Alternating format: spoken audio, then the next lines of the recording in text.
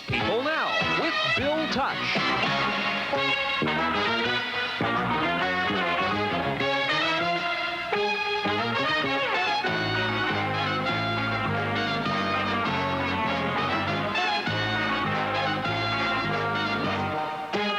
Now, here's Bill.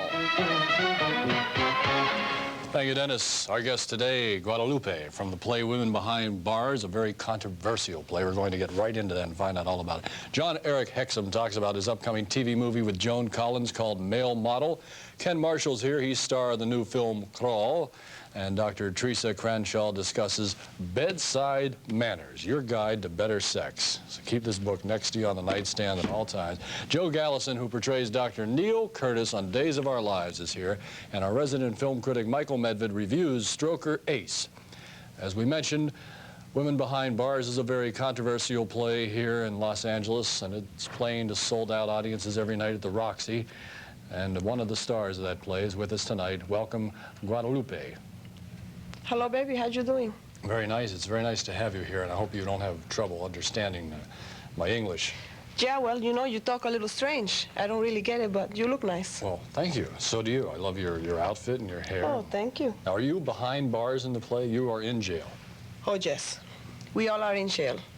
And what is your character? Well, my name is Maria Guadalupe Margarita Teresa Santanos. And they put me away for the wrong reason. That's what they all say. No. Now, wait a minute. No. You didn't hear my story. Okay, I'm listening. I am put away for the wrong reason because, first of all, they say that I am a prostitute. I am not a prostitute. I need the money. Do you know what I mean? It's somebody I know. A prostitute, they go with somebody in the street, they don't know them. I know the name and everything, so that's not a prostitution. That's something else that you know.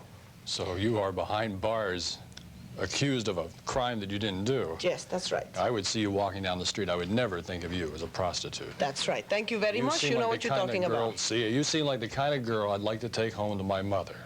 Sure, baby. I can cook and everything. I make you the fried bananas, whatever you want. It's good for you. Cook fried bananas. Sure.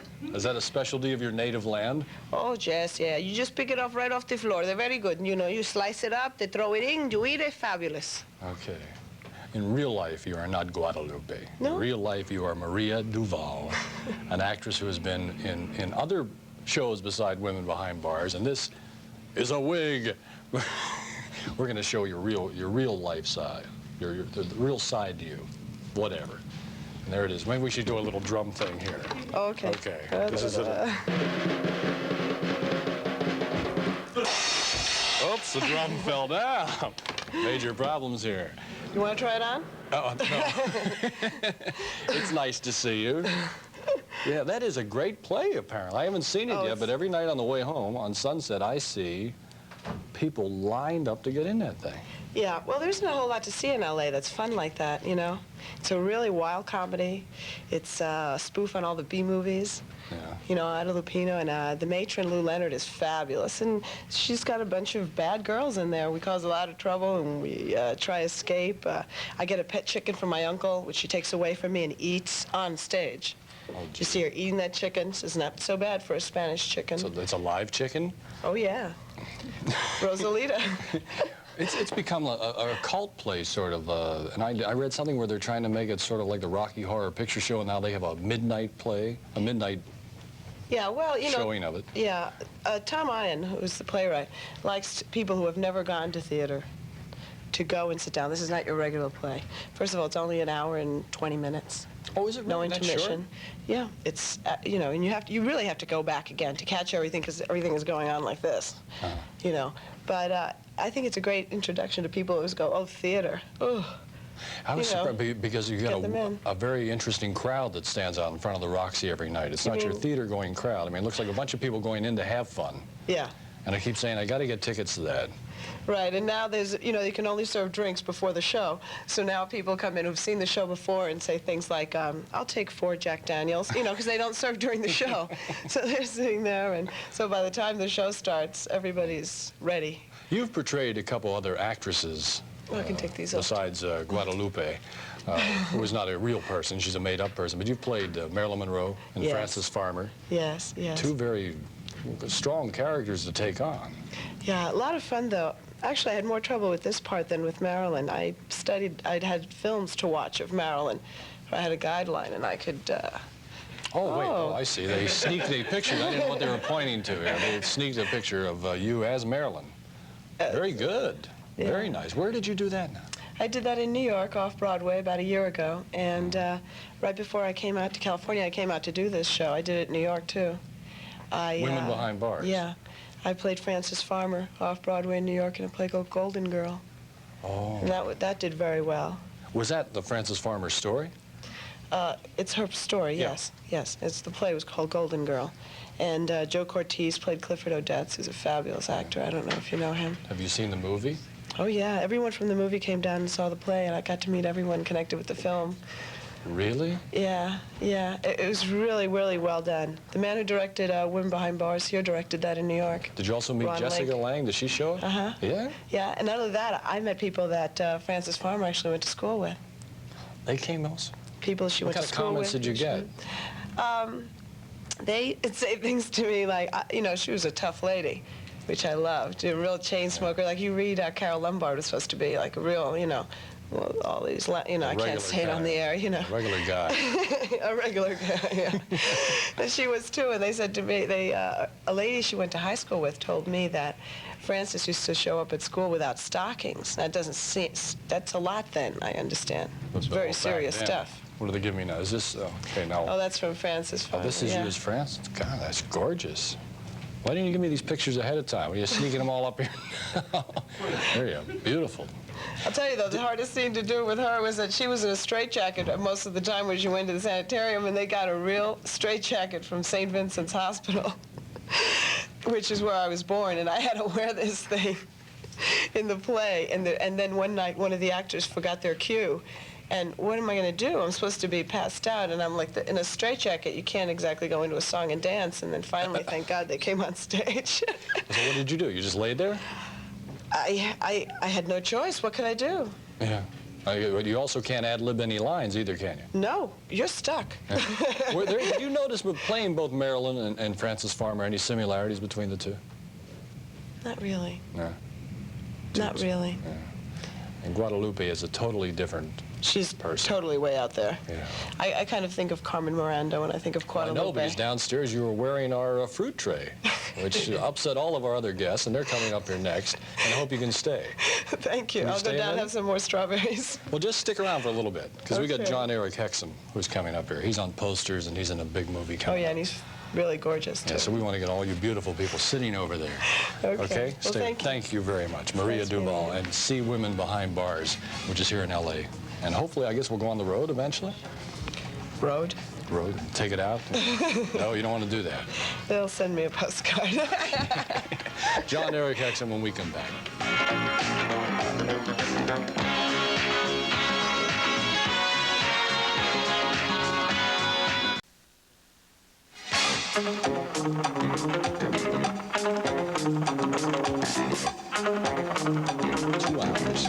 No, about 6 minutes. We're talking to Jon-Erik Hexum, who is with us. He's been with us before. Last time he was here, he was in a series called The Voyagers, and now he's here to talk about a made-for-television movie that's coming up on ABC this fall, opposite Dynasty's Joan Collins, and here's John. The movie, by the way, is called Male Model.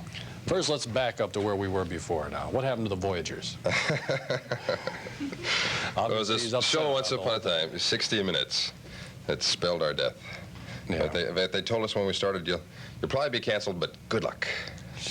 They put you right into it. Yes. Now, people said, in fact, the National Coalition of TV Violence, I had to read that thing, labeled it The Voyagers the most violent television series, or a violent television series. Yeah. Well, it was wonderful publicity. I was delighted about it. It's total baloney.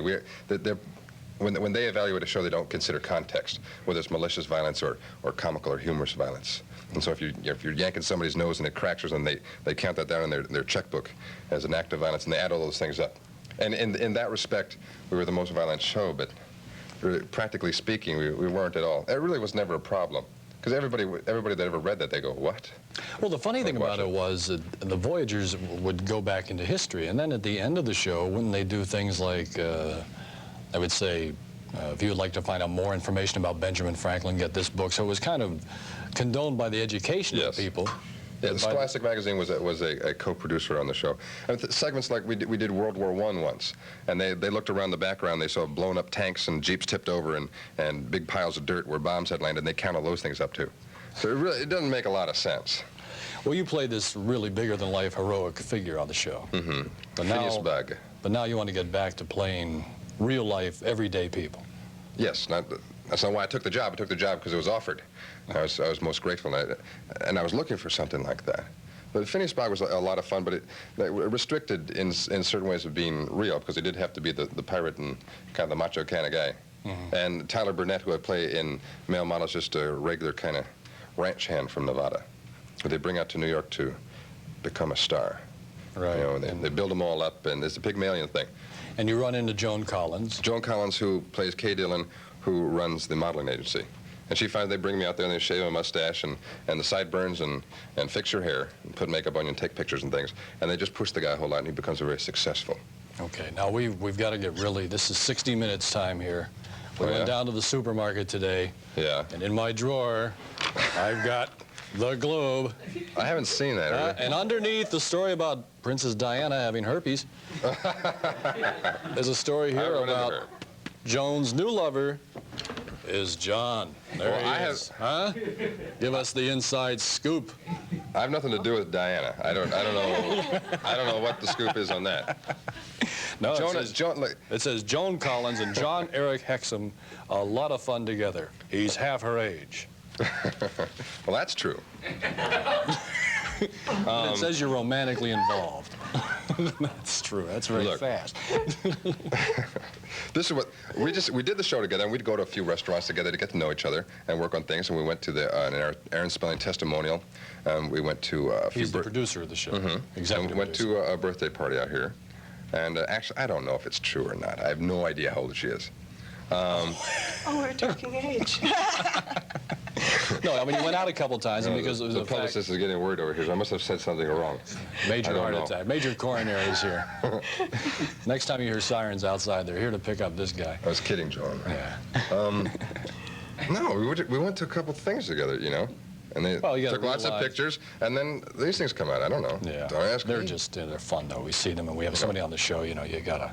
Just for the heck of it. Do you want to hear a few stories? Though? Sure. You know. No, I'm kidding. Now here you are. Here you are linked with Joan Collins in this paper, and you're this big sex symbol in an upcoming movie. And we understand you live in a very barren apartment, driving a '74 Datsun.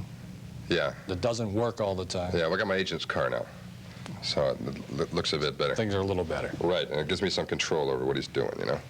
But I don't know. I just haven't gotten around to buying furniture, and I wasn't. Not all that interested. Really? What do you do when you take home a date? I mean, I don't. I always hope we go to their place.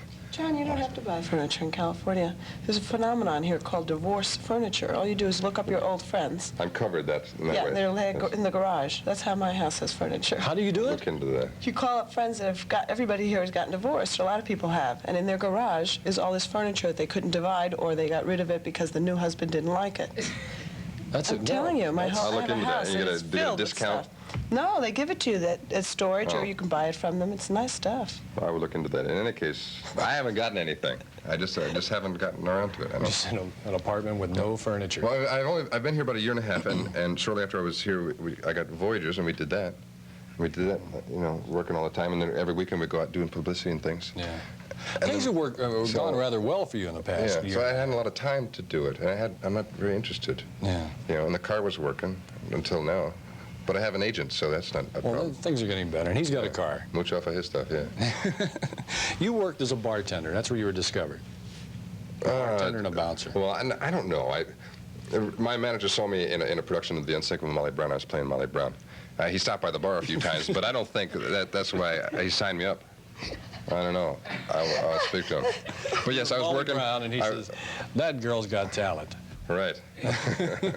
That guy can mix a drink. I worked at Studio 54 and Bonds in New York. A lot of clubs around there. In fact, I worked right down the street here at the Lingerie in the Seven Seas. Well, as we said, everything is going super for you. You look great. Thank you. This isn't mine. This is from the show. Oh, but no, really? Hype on the show. Wearing their Sharp clothes. looking suit. What size you wear? It's probably a bit bigger than yours. Too big for me. We want to mention, of course, we got to get all this in now. All kind of items down here. You've got posters out. Yeah. Which is stuck to this other You do the thing. drum yourself? Or? Yeah, that's, hey, look, this is low budget. I'm the orchestra. I'm telling you. But here's your poster. We want to show this. For guys like myself, it's life size. You can wear it and try to impress your girlfriends. But if you don't want that, then things really get tough. You use John's face. God, that's good. This is going to be selling well. Posters, and you're on 2 calendars. Mm-hmm. Is all that stuff. So you're making a few bucks. Yeah, what was that? That's the cash register. Anytime we plug anything, your publicist made sure we plugged everything. Yeah. The recent USA Today had an article in it about the fact that the hottest selling things in Los Angeles right now are these. They're called celebrity waivers, and I want Guy to notice this. Now, I think this is what you got to get John on. Have you seen this? This is Fernando Venezuela. Why don't I have one of those? That's what I mean, see? You stick this on your car window, and you ride around. They got Fernando, Joan Rivers, they got numerous other people. Really? I think you should have one of these. But what would you hold? Well, no, you put it on your car window, see? Like this. It sticks on your car window, I can just wave in general. like that, and then it I waves. see. Yeah. But that's when you made it, when you got one of those. I think you ought to talk to Guy, in addition to the posters and the calendars and everything else. We'll look for you. We will. We'll look for you in the movie. Okay, thank you. Okay? Male model with Jon-Erik Hexum. And can you stay with us for a little bit? Yeah, 5 minutes? sure. Okay. I'm just hanging out. We're going to be back to talk about a subject everybody, I guess, likes sex. Dr. Teresa Crenshaw discusses bedside manners. And get those celebrity waivers. That's it. Stay with us.